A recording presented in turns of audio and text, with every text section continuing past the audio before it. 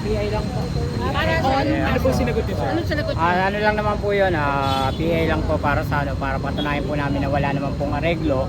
At the same time, sila lang po naman ang may gusto ng malaking pera. Kamusta po yung paano po sa amin yung matin po nila ng malaking pera? Sir, pangalan po nila, sir? Alam po.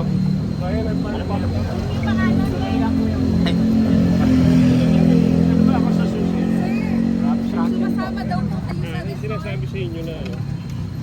Ano lang naman po yan sila lang po naman may gusto ng malaking pera. So, ano lang namin na walang katotohanan yung areglo-areglo na sinasabi. Sir, sumama daw kayo sa resort ni Atong Ang. Can you answer, sir? How true, sir?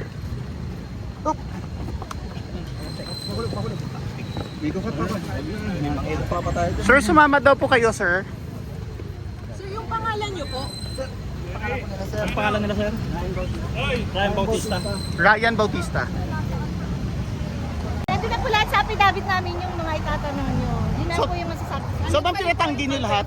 Oo, nag-counter affidavit po yung ginawa namin. At tinanggi niyo lahat ng mga Opo, accusations? totoo naman yun. Hindi po kami nagbabayad. So, hindi kayo umaatras? Hindi po kami umatras sa kaso. Wala po pong nangyayaring hearing kasi po yung kaso namin, Santa Cruz nilipat pa po sa Quezon City kaya wala pa pong hearing na nangyayari. Tuloy pa rin, ma'am. Tuloy pa rin po yung laban ng kaso namin.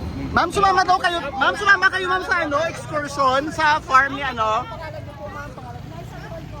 Iloy sa Bohol po. Uy, baka na. Ma'am, paano yung accusation, ma'am, na sumama daw kayo dun sa excursion sa farm ni ano? Ng businessman na si Atong Ang. How true, ma'am? Teka lang. Totoo ba yun, May ma'am? hanap lang po ako tao. Kamalapag din.